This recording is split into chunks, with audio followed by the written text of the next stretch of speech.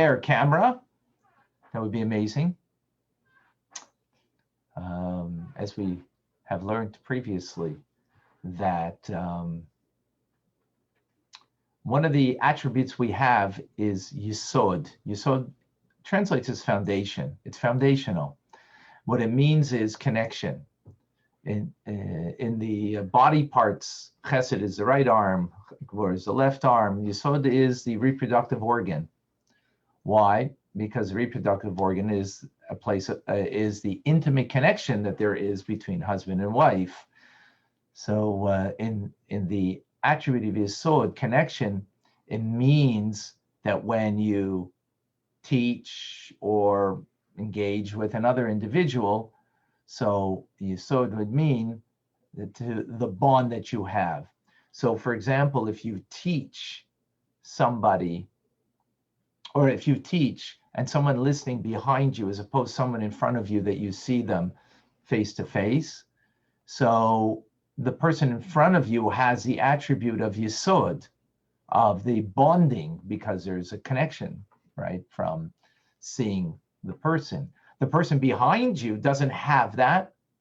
Doesn't mean they don't have the information, doesn't mean they don't have the teachings and your kindness or compassion, whatever, but they don't have the attribute of yisod, of connection, because that is when you see the person. So that always adds to the learning, to the teaching, the midah of yisod. And actually, what's interesting, even though it means bonding and connection, but the word is yisod, means foundational. That there is the connection that there is between the people that are learning. Yes, Liba. So you can have, it's a two-way thing, but there's also one way. So those who see me and see the others, so they have that. But then the other way it isn't. So any case, it adds, even though it's foundational, fundamental, it definitely adds. So those who put it on, I thank you. So good tavach, everybody. Shavua tov, a good week as we begin a new week.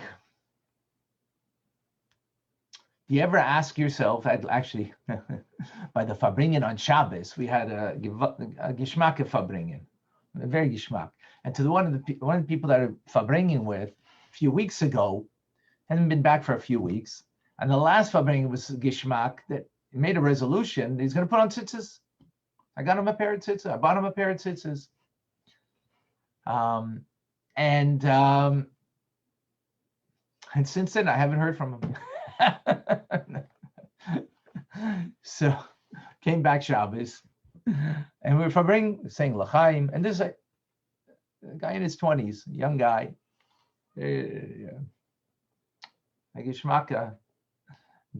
Welcome, Tim. Thank you for joining. Gishmaka guy. I don't know how do you translate Gishmak into English. There's no good translation. Food can be gishmak, a person can be gishmak, an enjoyable, rich individual. So I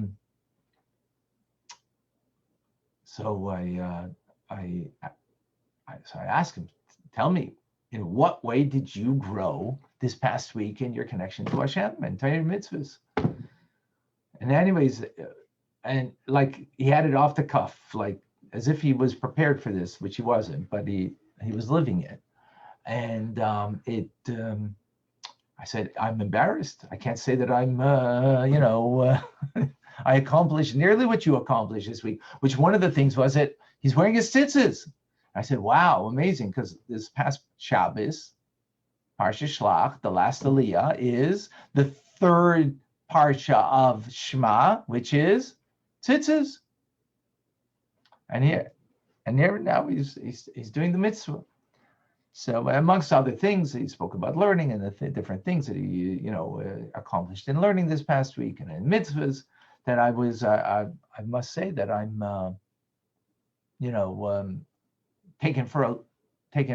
taken aback in my humility that of what you have accomplished, I wish I could say about myself in the same manner.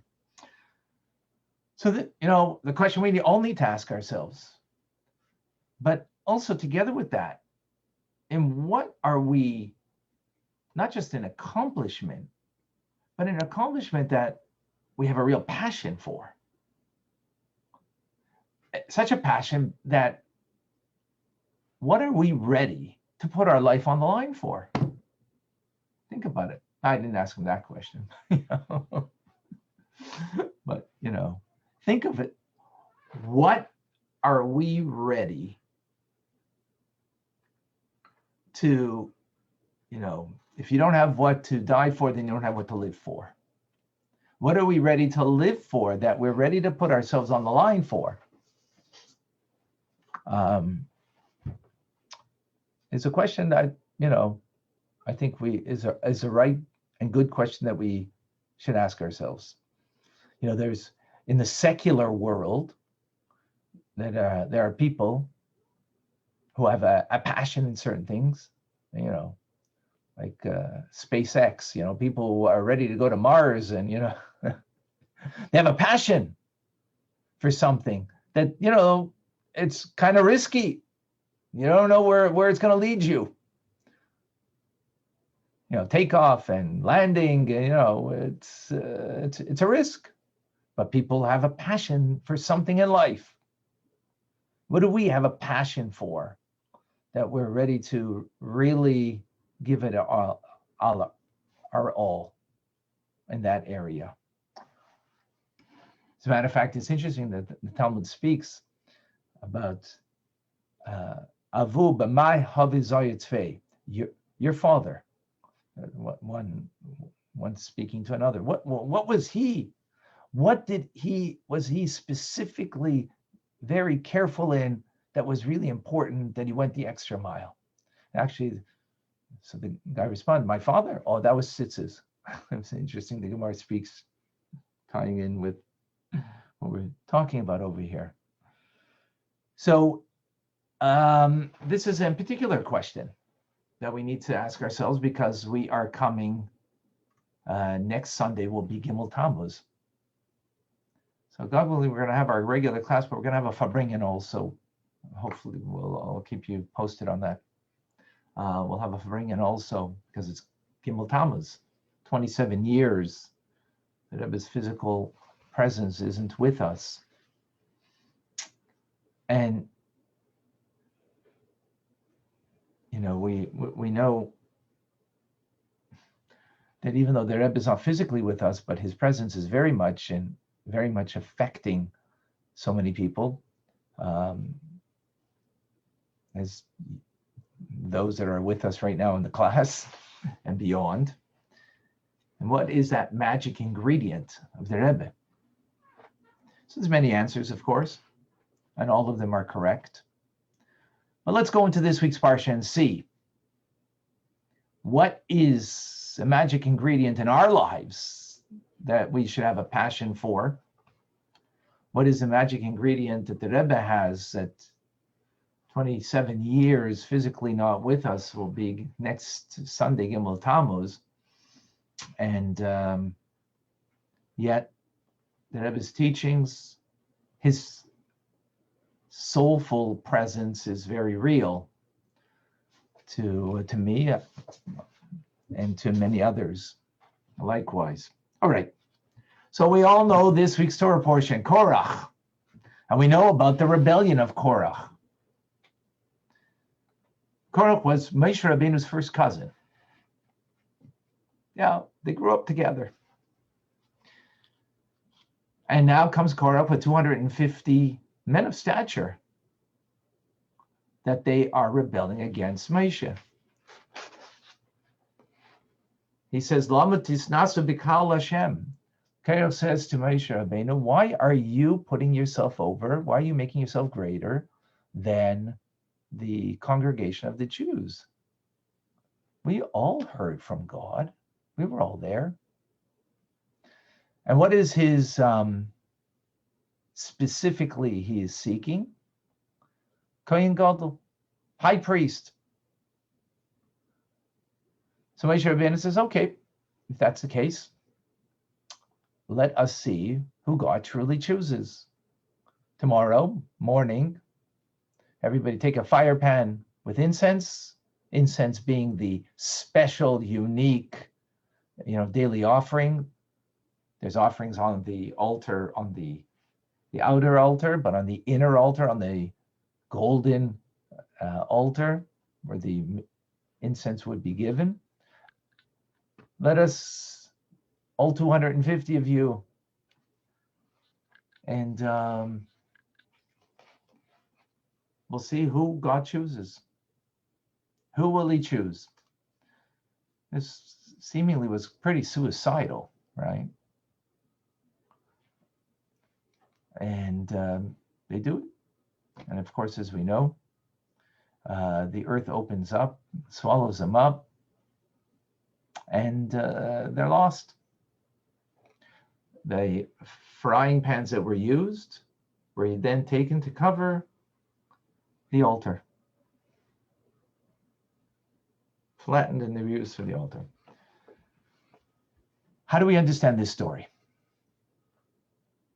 So what we're going to do first is see it from the traditional point of view, which many of us might be familiar with already, and then see how the Rebbe shines a 180-degree turnabout,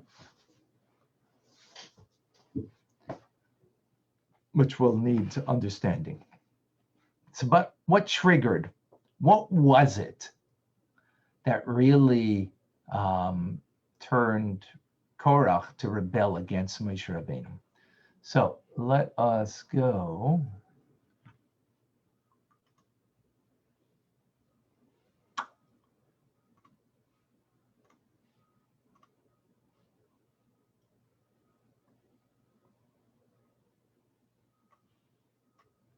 All right.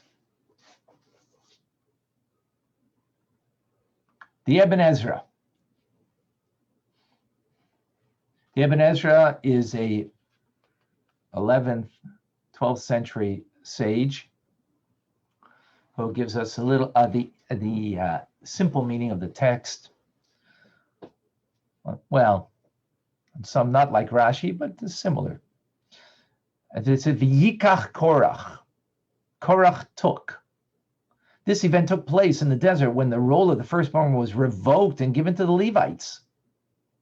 Korach and his cohort assumed that Moshe did this on his own accord, handing the positions to the family of Kahos, his closest kin, and to all Levites in general, who were his family. Right? Taken away from the firstborn, given it to the Levites. The Levites rose up against him because they were slated to be under the authority of Aaron and his sons. Dasan and Aviram rebelled because Moshe took away the rights of the firstborn from their father Reuben, and gave them to Joseph. Perhaps they suspected that Moshe did that for the sake of Joshua, his servant, who was from Joseph. Also, Korach was the firstborn, for thus was written, the heads of the congregation as well were firstborns. Thus, they attempted to offer sacrifices and incense. So the original plan was that the firstborns would be the role, serve rather, in the role of the temple, right? They were to serve in that role. That was their privilege. But that was given to the Levites. Why? Because the Levites did not sin with the golden calf, where the firstborns did. So Korach assumed, according to the Ibn Ezra, that Moshe was handing out these nice positions to family members. So what happened? A revolution. That's why Dasan and Aviram were so keen to join, because they felt burnt. In other words, they were firstborns. It was taken away from them as they were from the tribe of Reuben. That's how the Ibn Ezra learns. The Ramban Nachmanides, not Maimonides, Nachmanides, who lived after Maimonides in Spain for most of his life, the last few years was in Israel. And the 13th century, he disagrees. And he says in text 2a in front of you, Korach took, vayikach Korach, that they're playing on that word, vayikach. What does it mean? So the Targum explains vayikach means he took in an argument. What was the argument? So Ibn Ezra had one way to look at it. The Ramban, he says vayikach Korach took. Rabbi Avram Ibn Ezra wrote, this event took place in the Sinai desert. Korach was the firstborn as well. In this, Rabbi Avram follows his view that the Torah was written without regard to chronological order. Right? Because this week's Parsha, right, if you took it in chronological order, then it's after the spies. But Ibn Ezra doesn't take it in chronological order, and therefore he says that this happened after the sin of the golden calf, because that's when it was taken away from the firstborn, their right to serve in the temple, and was given to the Levites after that sin, which was much earlier. However, I wrote that in my opinion, the entire Torah is written in chronological order, except for places in which Scripture notes explicitly that it is out of order. So he argues. He says, no, this is in chronological order. You can't see it as that way. In those places, it is because of a certain need or suitable reason. Consequently, the correct explanation here is that the event occurred in Paran Desert at Kadesh Barnea after the incident of the spies. So Ramban argues Korach's rebellion is not after the sin of the golden calf, as the Ibn Ezra says, but it is in chronological order, and therefore he was upset because at this point Moshe gave Tel Safan a entitled position, as Nachmanides continues, as you see before you in text 2b. Korach was angry about the appointment of Safan to leadership. He was also envious of Aaron. The reason Dathan and Aviram joined Korach was not because Moshe took away the right of the firstborn from the tribe of Reuben, for that was their forefather Jacob who took away from Reuben and gave it to Joseph. Rather, they stated the stated complaint to kill us in the desert, and even into the land of flowing with milk and honey that you have not brought us. We're going to die in the desert over here, right? You're not bringing us into the land. Rebelling against that, right? That's after the story of the spies, of course. As long as the Jews were in the Sinai desert, no bad event occurred. Not even the very severe sin of the golden calf resulted in relatively few deaths. The result of the people were the rest of the people were saved through Moses' prayers, which lasted 40 days and 40 nights in the story of the story of the golden calf. Consequently, the nation loved Moshe with all of their soul and obeyed him. If someone would have rebelled at that time, right? In other words, we're talking about when? What time? A year earlier, sin of the golden calf. This is later now. So if someone would have rebelled at that time, he would have been stoned by the people because Moshe saved them. God wanted to kill all the Jews, right? Moshe said, write me out of this book if you don't want to have these people to continue as your people. Therefore, Korach bided his time and refrained from reacting to Aaron's appointment as Kohen Gadol. In the same way, the firstborns refrained from reacting to the elevation of the Levites and all of Moses' actions. However, when they arrived in the Paran desert, many were burnt in Tiberia and died in Kivrat Hatava. And when they sinned with the spies, Moshe did not succeed in annulling the decree with his prayer. The leaders of the tribes died in the plague before Hashem. Last week's Parsha, the leaders all died, and now there was a decree that all the Jews are going to die from 20 and up in the desert in the next 40 years. Moshe didn't save them from death, immediate death, but not from ultimate death. They're going to die in the desert, and you're going to not even going to bring us into the land. So it was decreed upon the entire people to die in the wilderness. As a result, the people were embittered, and they began to feel that all their Sorry. Excuse me. Hello. Oh, thanks.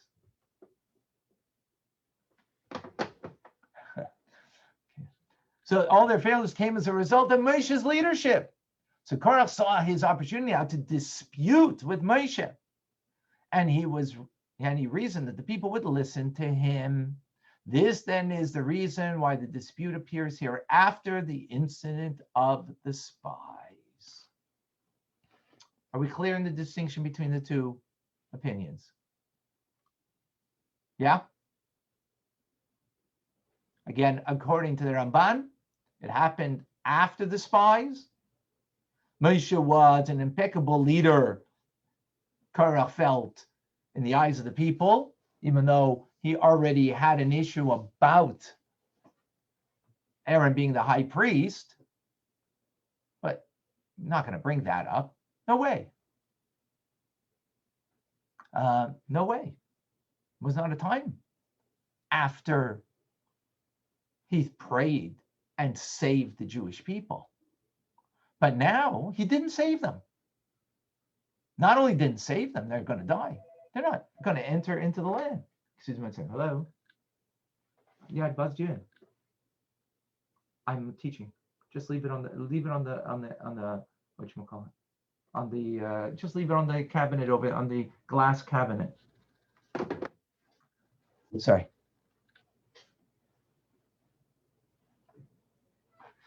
So he had to wait. Now he was ticked off because El Tzafan was brought to greatness and not him. He felt that came, that brought back now, because of the context, brought the opportunity that he could now rebel.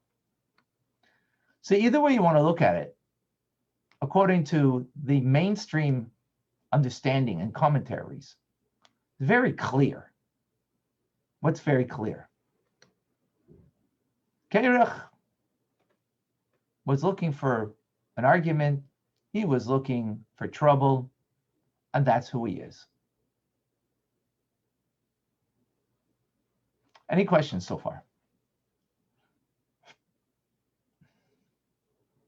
Okay. I have a question. I mean, they talk about the fact, or maybe it's a subterfuge, that Korach says, well, we all heard the word of God. I always took it that he really did believe that, in other words, all the people were spiritually connected to God, since we all heard the word of God. And just like Aaron's two children wanted to be closer to God, Korach really wanted to be closer to God. Now, he may have, secondarily wanted to become the leader, but I thought inside his nefesh, really, that's what he wanted. So let us unravel, and we will see where we go. But very good, very good. So the first difficulty that the Rebbe brings in the Sikha from this week is that the name of the parsha is called Korach. Now, if the name of the parsha was merely a technical thing, to say, it's like, one guy's called Johnny and another one's called Billy, so because if everybody was called Johnny, then, you wouldn't be able to distinguish one person from another. So it's only of a technical difficulty that we have that, we give a name of a parsha, but that's not the case. It's not just to distinguish one portion from another portion, right? The name of the parsha is an indication of not only what the content of the parsha is, but it is specifically chosen, the name, by the sages. Why would the sages call the name Korach after an individual who is wicked and looking to make machlekes? As the Talmud tells us in Yuma,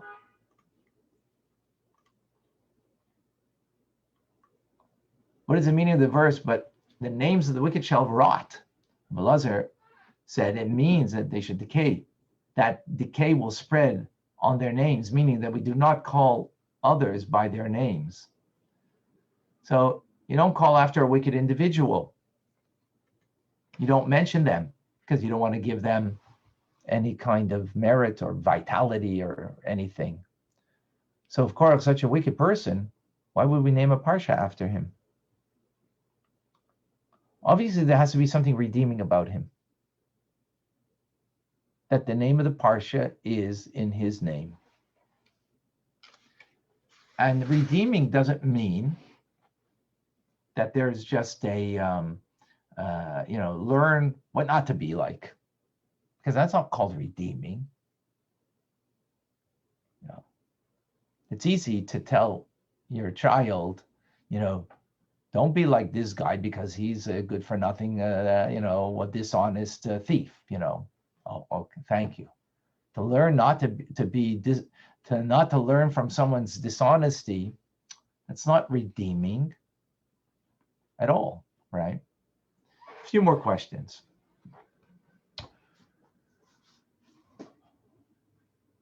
Now, they're all looking to be what?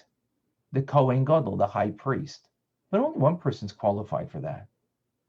So why would 250 people try to go for the job? Why would they risk?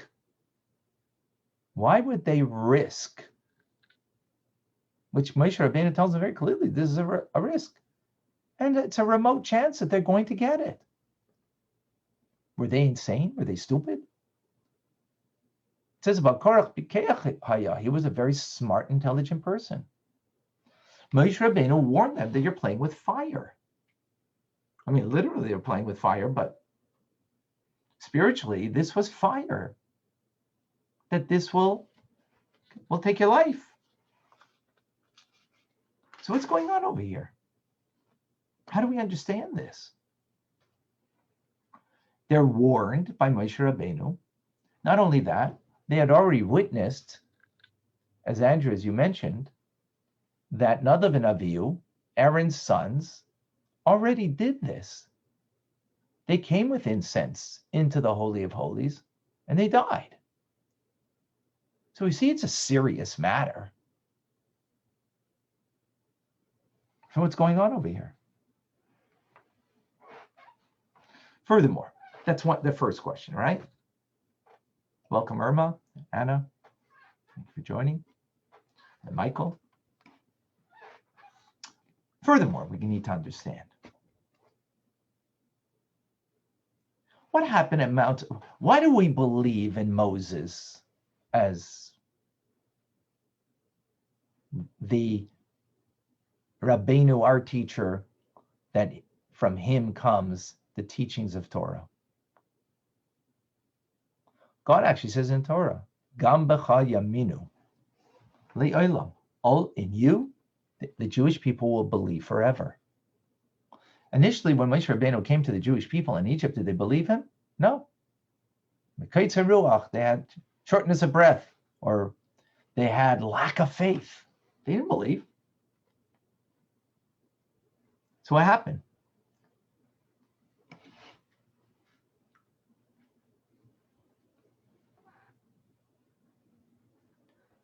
Why is it that Korach doesn't believe in his authority? How could that be? If God already said at Mount Sinai that they're going to believe in you. The Rabbi asked this in the Sikha.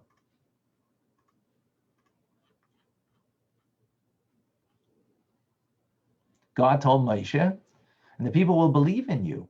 How then is it possible Korach revolted against Moshe? How is it possible that Korach and Israel didn't believe that Moshe was acting in God's command? Especially considering the fact that 250 people were heads of the Sanhedrin and princes among the people, not simple people. I mean, we believe today, and Torah is based on what we're given by Moshe Rabbeinu, because we believe that, remember that the Jewish people only got what? They only got the first two commandments. And we saw that God is speaking to Moshe Rabbeinu in the cloud, and he's receiving Torah. He's there 40 days, 40 nights 3 different times to receive the Torah from God Almighty. So, we're thousands of years later, we're believers. It's true, our souls were there in Mount Sinai, but only our souls were there. So we're believers because, that's part of our DNA.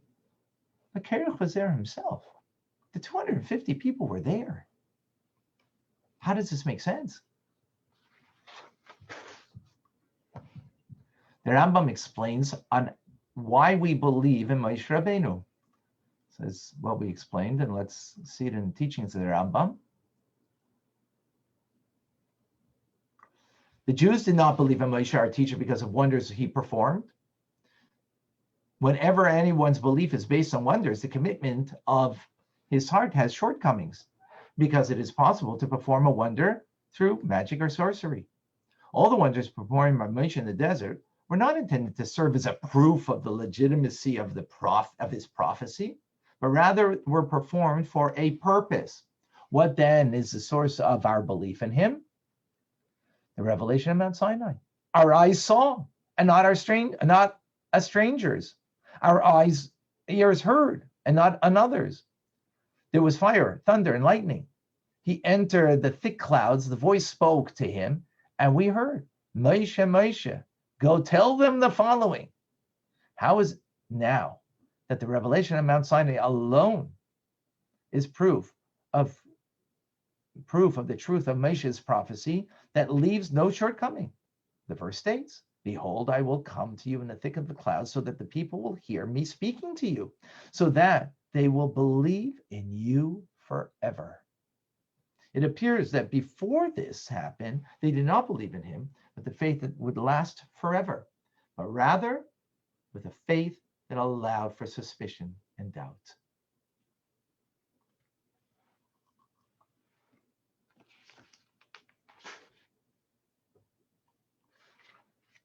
Also, we need to understand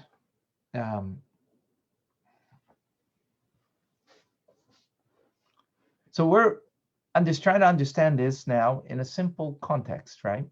So we had earlier the Ramban, the Ibn Ezra, but they're not answering these questions.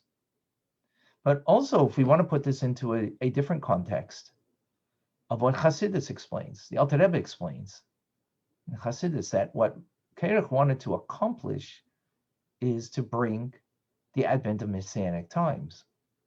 How so? Because it says, Mashiach comes, the Levites will become the Kohanim.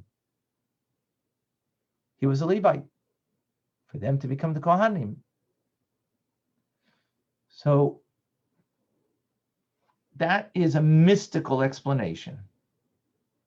How does a mystical explanation, where it sounds he wants to create something positive, fit in with the simple explanation, where he is the one that we know that we got to stay away from and learn not what rebellion is. Rebelling against the person that we have to believe forever. And then we do believe forever. Where is his belief? How does that fit in? We're believers, children of believers, and we're there soulfully. He was there, literally. So he doesn't believe that Moshe Rabbeinu is Moshe Rabbeinu, and that he has the legitimacy from on high? What's going on here?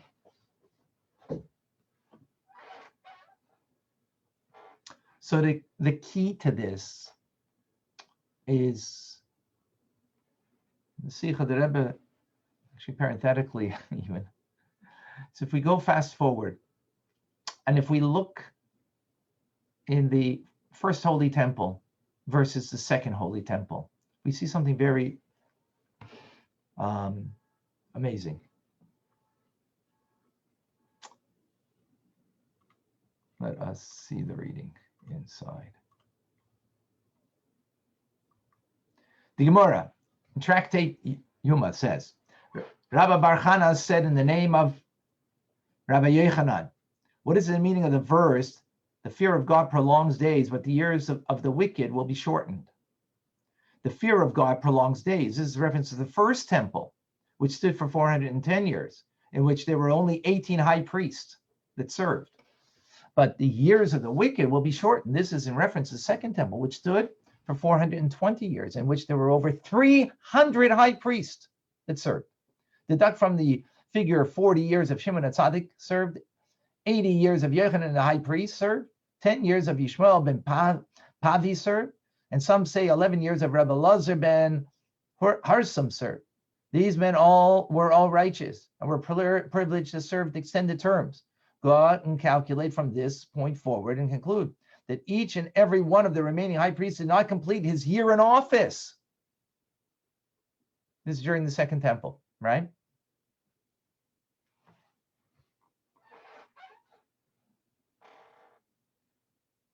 So they didn't serve out even a whole year. They were so unworthy for a position that they died. How did they get their position? You know how? They bought it. They bought the position. During the second temple period, the high priest was obtained with money. How do we understand that? How could it be that unworthy people that would die within the year because they were not fit to be the high priest, dying whether on Yom Kippur in the Holy of Holies, they paid to get the position? Why'd they do that? They didn't see that year after year, the high priest died? Sounds like suicide. I mean, we're talking 300 people seeing this terrible consequence. How could that be? So the short answer is no, these were not suicidal, crazy people, or maybe they were a little bit, but not totally. Despite their flaws, that they were not worthy, meaning we're talking about righteous, holy people, right? But they had a tremendous desire. What was their tremendous desire? Andrew, what was it? You said it earlier.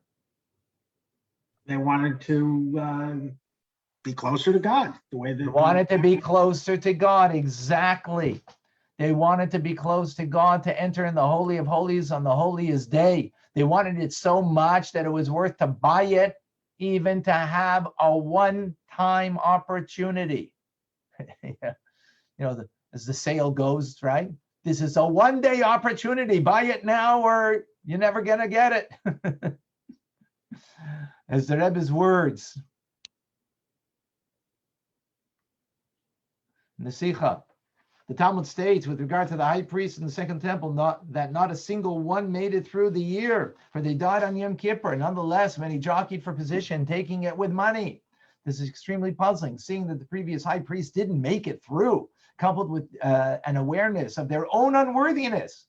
Why would anyone push for the position? The explanation is this: these people possessed a tremendous desire to enter the Holy of Holies on Yom Kippur, with the Shekhinah would be manifest. So much so that it was worth giving up their very lives. They knew that they would expire because of this, but they were desperate to have this spiritual high that came along with this ultimate death sentence. They were willing to die for it. With this, now we can understand Korach. Korach and his 250 men, they, in a similar vein, they weren't just blinded by greed. What they really wanted was to have the merit of this special place called, or position, the high priest, Kohen Gadol. It was a great spiritual bliss, divine communion, nothing like it. And as the Rebbe explains, what was behind Korach's drive to be the high priest? Rashi and the other Midrashim tell us of the response to his claim. Moshe said, I want this. I too want this. Moshe Rabbeinu, speaking to Korach, says, you want this high priest? I also want it. How could Moshe Rabbeinu want it? What do you mean he wants it? In other words, there's something legitimate in the desire to have this position. So much so that Moshe Rabbeinu says, I also want it. In other words, the drive to be the high priest is commendable and profound. Indeed, Korach's drive to be a high priest was not simply to assume power over Jewish people. Rather, inasmuch as the high priest is consecrated to the highest levels of sanctity, constantly standing in the service before God, Korach and his ilk wanted to so desperately to reach the level of holiness to assume the perch of a high priest. This is what his passion was. He had a passion in life, passion to be close to God. So much so that he was willing to give up his life for that pursuit. The Shalah HaKodesh says a similar idea about the 250 people, that this is also what they wanted. Authority in Judaism, namely the position of power that God bestows on those who are worthy, does not flow from material matters.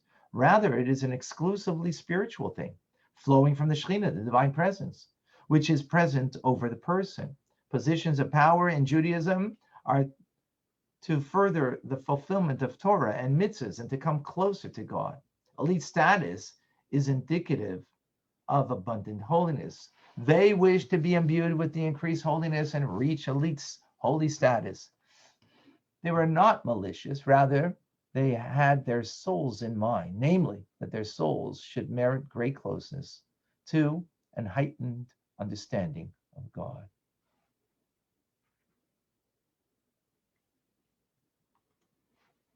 Is that clear? But God says to Moshe, no, though you have a desire, you, Moshe, have the desire, let alone Korach and the 250 men. You have a desire, but I say no to that desire. There can only be one high priest. And Moshe, it's not you, and it's not Korach or the 250 men.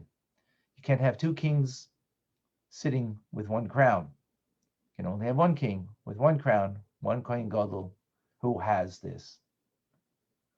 In other words, the lofty desire is commendable, but in fact, it can only be one who could be the Kohen Gadol. So intentions are good, that you want to have this in your life, but you can't bring it to action. Why? So says God.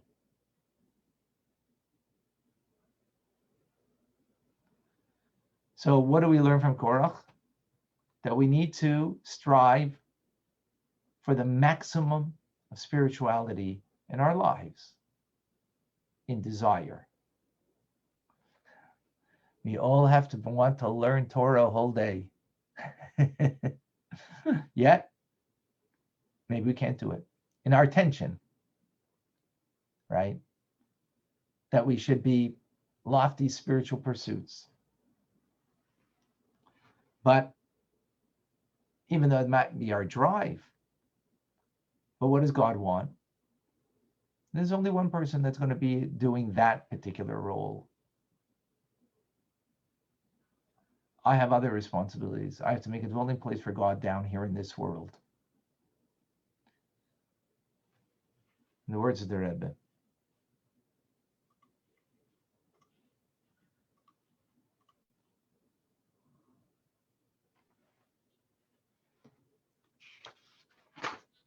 The reason why Jewish custom, which is itself Torah, is to name the Parshah Korach is now well understood. The message we ought to take from Korach's story is not only negative, namely, don't be like Korach.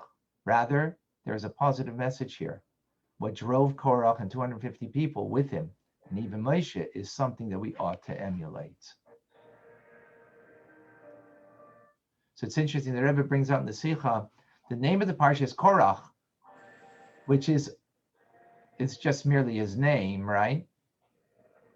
It's merely his name. Where do we know that Korach, in his name, we don't know anything negative? Where do we know the negativity? As we remember from the Ibn Ezra and from the Ramban, they quote the word Vayikach Korach, and Korach took. What did he took?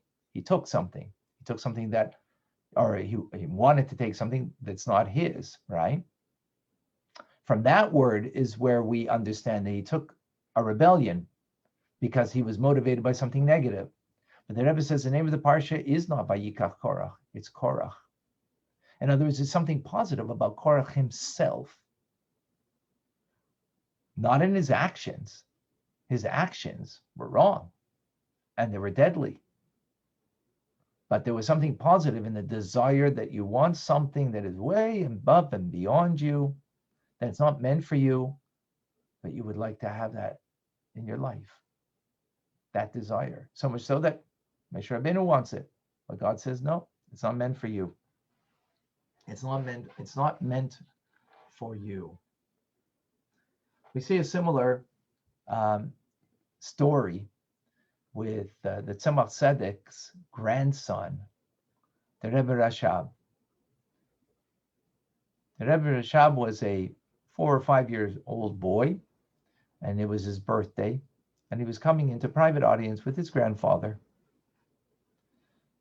His birthday is Chav Cheshvan, the 20th day of the month of Cheshvan, and he's coming into his grandfather to receive a blessing, who was then the third Lubavitcher Rebbe. Tzemach Tzedek is the grandson of the Alter Rebbe, and now he's dealing with his grandson on his birthday. His grandson comes in crying. So he asks him, why are you crying? What's bothering you? He says he just learned in Cheder. He just learned that God came to Avram Avinu. He appeared to Avram Avinu, to Abraham. So he's crying, how come God doesn't appear to me? How come he doesn't appear to me? So his grandfather, thinking for a few moments, says that when a Jew, after 99 years, decides that he's going to circumcise himself, and it's fitting that God should come and appear to him. So we always understood this story by the answer. In other words, he had a question, right? He had a question that needed to be answered. Tzemach Tzedek answered him. Yeah, if you served God for 99 years and then you get circumcised,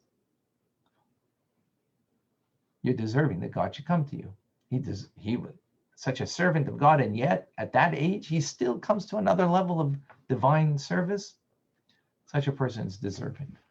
Oh, okay, answered the question. The Rebbe says, no. It's not that the question was answered. The question's still a question. Why doesn't God appear to me? In other words, the question is still a question that we should all ask. Why doesn't a God appear to me? Okay, you'll get an answer because, we haven't worked on ourselves enough that God should appear to us. But that's not the point. The point is that we should have the desire. We should be bothered by that. Right? That should be what we want in our lives. God's presence. That he should come to us exactly like Korach, okay? That he wanted that. He should have that desire, shouldn't have acted upon it to rebel. But it was so important to him, such a passion for it, that he and others were ready to give up their lives, risk their lives for it, to have that experience, to have that closeness. In the end, the acting upon it is wrong, but the desire is correct. It's a powerful statement when you think about it.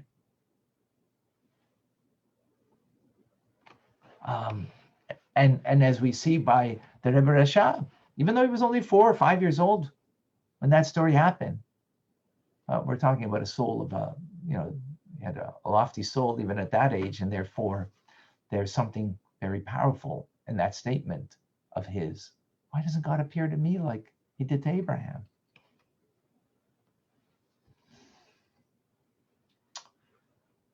Powerful idea. So we We began this class asking, what is it?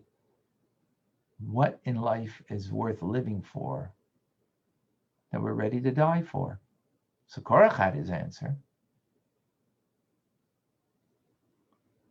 Now, again, in intention, that's great. In action, that was not, because the desire of God is, right, that we shouldn't leave this world in any case. We have to have the ratzui. Against our will, we shall die, as we learned in the end of Tanya, means against our desire, die meaning dying for getting close to God. Kalois nefesh, that the soul should leave my body, but then against your will, you shall live. Come back down. Come back down, because where God wants you is here. So what does God want you? He wants you to have an experience of the leaving of the soul. He wants you to come to that, but then come back down. So that we have a desire to escape in a spiritual ecstasy of closeness to God, but then don't completely escape. Come back down into this world, because take that experience and bring it down into the earthiness of this world to change this world for good, because that's what God ultimately wants. So, two things here that we can take a lesson, what the Rebbe brought as a result, something unique in this teachings. One is the idea of dir b'tachtenim, of dwelling place in this world, that we have to have the desire of the closest to God, but that closest to God needs to be expressed in this world by dealing with another to bring them closer, dealing with the material world to bring that holiness into the materiality of this world, which is ultimately Mashiach, is to bring heaven on earth. So we have the desire to escape, but with that, we bring it back down, that closeness of being close to God into our expression of a day-to-day living in a, dark world, because through that we can transform this world. And that's what Mashiach is. Living with Mashiach means to have the closeness and to express that in here and now. That's the first point. The second point is, how do we look at the darkness of this world? So we're getting closer to Mashiach. How do we see that? In many different ways. But in this point, we see it in that the Ramban, the Ibn Ezra, what did they provide for us about Korach? He's a bad guy. He's a bad guy. V'yikach Korach. Korach took machlekes. He was looking for, making trouble. He was made a rebellion. Very true. What does the Rebbe do? He finds something positive above Korach. And why look for something positive in him if he'd made a rebellion? How come? Why would you do that? Well, first of all, it's part of Torah. So if it's part of Torah, then it's divine wisdom, and there has to be some redeeming quality and value over here. It's part of Torah. So we can't just see it as in a negative light, as the Ramban and the Ibn Ezra did. Is there a truth to what they said? Absolutely, because in fact, there was a rebellion. In fact, did something wrong. However, if it's part of Torah, there has to be something redeeming here. And not just redeeming at a mystical level, right? As we mentioned, that Korach on a mystical level, that the Levites, he wanted to create the times of Mashiach, that the Levites should become Kohanim. He was a Levite. That's on a mystical level. The Rebbe says that's mystical, like when you're, again, when your soul is kind of up there on that mystical level. Maybe you can see that of Korach, but you have to come back down here, right? You have to take that experience and bring it down here into the earthiness and the darkness of this world. So in the darkness of this world, the Rebbe is saying, on a simple level, there is some redeeming value in Korach. So much so that a Parsha is named after him. What's that redeeming value? Is that he wants godliness in his life. He wants that godliness in his life. So what the Rebbe is doing over here is giving us a capacity. And this is, you can read more about this in Positivity Bias, a book by Rabbi Kalmanson, which is a great book that everybody should read and learn. And yet one of the chapters he takes is from this Sikha, from the Rebbe from this week, on how that everyone else sees Korach only in a negative light. But when we get closer to Mashiach, what is ultimately Mashiach going to accomplish? A world of good. How do we get to that world of good? Because right now we need to see the good. We need to live with Mashiach today. How do you live with Mashiach today? So it doesn't mean that evildoers and anti-Semites and so on, it doesn't mean you look at them in a good way. No, you can look at the consequence of what they did in a good way, maybe, and see what good there is that should come from it. Yes, that's true. But here we're talking about Korach, fellow Jew. That's part of Torah. The Torah is teaching me something. God's wisdom. God's wisdom has to have something positive in it, not just to learn from the negativity. As we get closer to Mashiach, so we are able then to see in that darkness some redeeming quality, some redeeming light. And the Rebbe is teaching us to be able to do that. And that's why only the Rebbe did that. Not other commentators had that capacity. Because as we get closer to Mashiach, the teachings will be teachings that will give us a new dimension, a new way to look at things that we weren't capable of seeing it previously.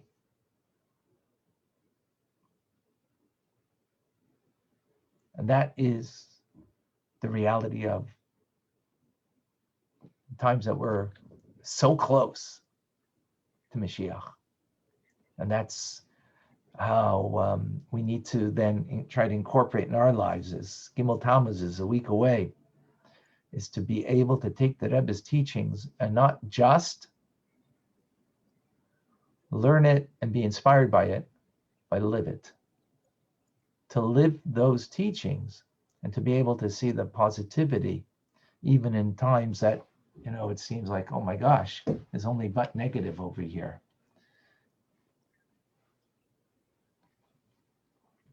And by the way, that's part of the Tanya journaling, that we've been learning Hasidus, learning the Rebbe's teachings, but we now need to come to a new level and we need to live it and incorporate it and try to make it real in a way that we can see how we are growing. So for those who didn't get a chance, everybody got the email? Yeah? If you didn't get the email, private message me your email so I can send it to you. So you can sign up, be a part of this new way. Any questions, any comments? How accurate really was the Rebbe about Korah and that he had redeeming features? Because actually he ridiculed Moses about the laws and he challenged God's laws. He challenged them. He said they were ridiculous. And it must have been Moses who made up these laws because they were just ridiculous. So, again, he challenged God. He challenged Moshe, and for that, he got a very, um, he got his just dessert, right? We're not talking about that. You see, what it takes, what we need to do, and this is part of Mashiach, is, what is Mashiach doing is refining us, or we're refining the world and ourselves, and that's what brings Mashiach closer. So what the Rebbe has done over here is brought a refinement to us in how we could look at something, where all you look is at the actions of the person are reprehensible. And they were, exactly like you just said, exactly as the Ramban said in the Ibn Ezra. No, there was no questioning about that. That's for sure. But where we have refined our view and our perspective is to be able to see something about him that Torah is trying to teach us is a redeeming quality that is necessary for me and you to learn. The name of the parsha is not Vayikach Korach, and he brought a rebellion, but it's Korach. There's something about Korach. And what is that? The Rebbe is teaching us the desire, not to act on the desire. And by the way, the desire itself is not just it's provable actually from who? Moshe Rabbeinu, because he says about himself, "I also desire it." And then, I mean, we didn't ask this a question over here. The Rebbe asked in the Sikha, like, how could you desire it when you know that it's not meant for you? When you know that it was given to your brother to be the high priest. You desire to be the high priest? Yeah, we all need to desire that. So it's interesting, it's all in the words there. The Rebbe is just taking a light and putting light on certain words and phrases and refining and distinguishing things in a manner that is now giving us words that are popping up from the page that didn't pop up before, but they were there. The Rebbe didn't add something that wasn't there. He is just giving us a refinement on how to look at what is there that wasn't seen before. The Ramban didn't see it. The Ibn Ezra didn't see it. Other commentaries didn't see it. Not because they're not holy people. Not because they are not valid understandings. They are. The Rebbe is giving us a deeper understanding. How come the Rebbe? Why? The Ramban not. Yeah, we're getting closer to Mashiach. And therefore there's a soul, the Rebbe's soul, who is such a lofty soul that is able to give a refinement, a deeper understanding that brings us closer to Mashiach. Because Mashiach is a world of good.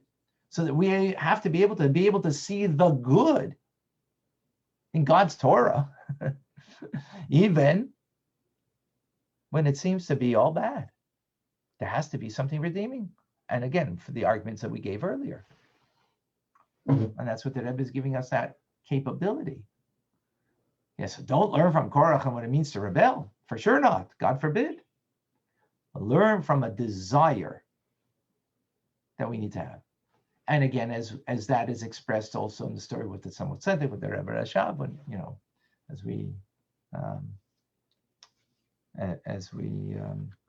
express. So does that Celia make it a little more understandable? Yeah. Okay. Anybody else with a question, with a comment, a thought? Powerful ideas. All right, Andrew. So you had the right idea. And now we have a deeper understanding and appreciation of that idea. Yes, Rabbi? Yeah, go ahead, Michael. Okay, I was just thinking it's basically what you discussed with Andrew before, and I was thinking the same thing. I'm just trying to give it a clear thought. It's good to have the desire, but the point of that is know your limits. And it's kind of reinforcing what Aaron's sons had been through before. Right. So in other words, the desire, like we said, the desire to have that closeness, yes, well, you can't have it, that closeness can be expressed in other ways besides the Kohen Gadol, as we learned in the first part of Tanya, right? Against your will, you shall die, meaning dying to become close to God. Against your will, you should try to have that closeness, that your soul is ready to expire in the ecstasy of being close to God. There's a famous story, if you recall, from the Alter Rebbe. He was learning with Rabbi Avram, the Malach, the son of the Mizitcher Magid, and they were learning, and it was such an ecstasy in the learning that their soul was ready to expire that he ate a bagel with butter to kind of ground him, to bring him down to earth, because the learning was so, beyond, and he needed to be grounded. So we should learn, we should pray in such a way that our soul is about to expire. I don't think that's going to happen so quickly, but at least on our level, whatever that means. But then when we reach that point, God forbid you should go to the point of no return. Come back, take that, and against your will, live. Live meaning in the nitty-gritty, the darkness of this world, that you're going to transform it, because that's ultimately what we need to do, is to take from that spiritual experience, to take from the learning of Torah that we have together, and then bring it into and translate it into practical application that it's going to transform my day. That's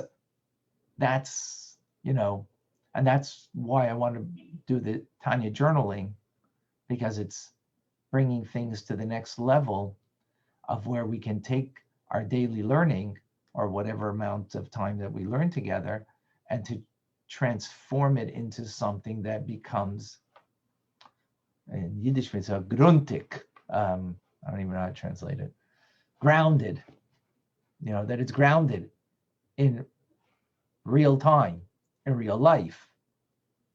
Because it's one thing to learn and, to feel that high in the moment, to be inspired, but then, some of the teachings seep into us, and, what happens is we'll look back and we'll see, wow, I'm really, these things, this thing used to bother me. It doesn't bother me anymore. I've evolved, but we've evolved by osmosis. We haven't evolved because we have taken responsibility of our lives to evolve. It's sort of like, again, by osmosis. The Tanya journaling is to give us the capacity that we can take the teachings,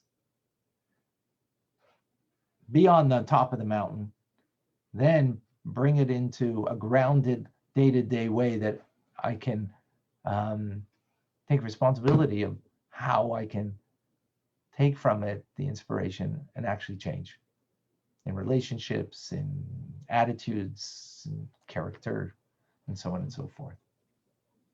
In your journaling, do you actually give the Tanya? The Tanya will be the daily class, and then the journaling is, the what we take from it, that we use it in our personal lives. You mean the daily class that you give on internet? Yes. Okay. Or whatever you learn on your own from the Tanya. You don't have to take my class. You can take someone else's class, or you can just learn the Tanya on your own and then use this as a tool, right? Anyways, if you read the email that I sent you, and then you can look on the links. Hold on a second. Give me a second. I can.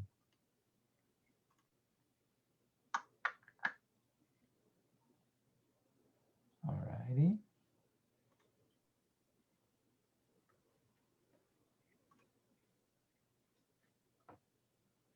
moment.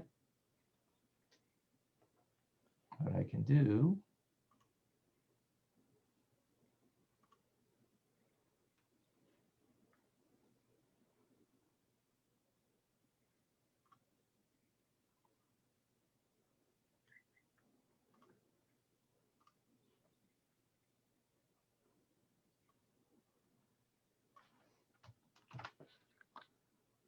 Okay, I'm putting here on the chat.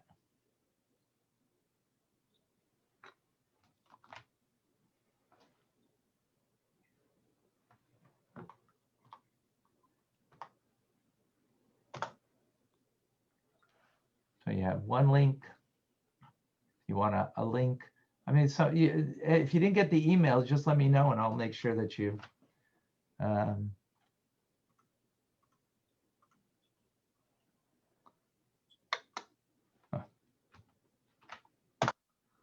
And another link.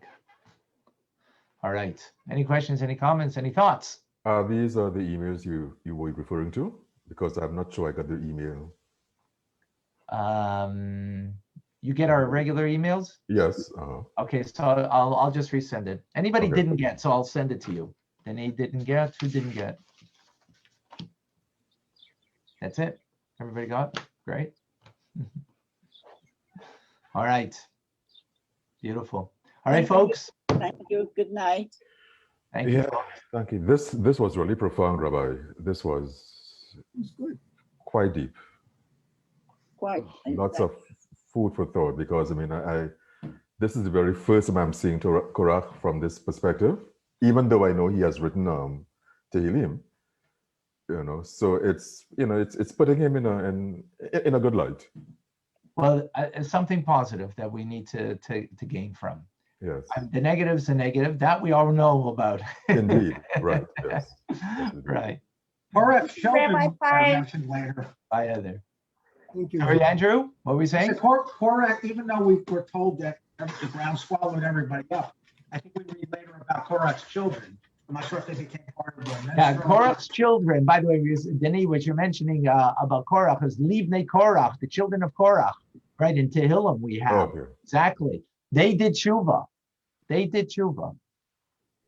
They did tshuva. So, yeah, there's, anyway, there's more to learn. We will continue.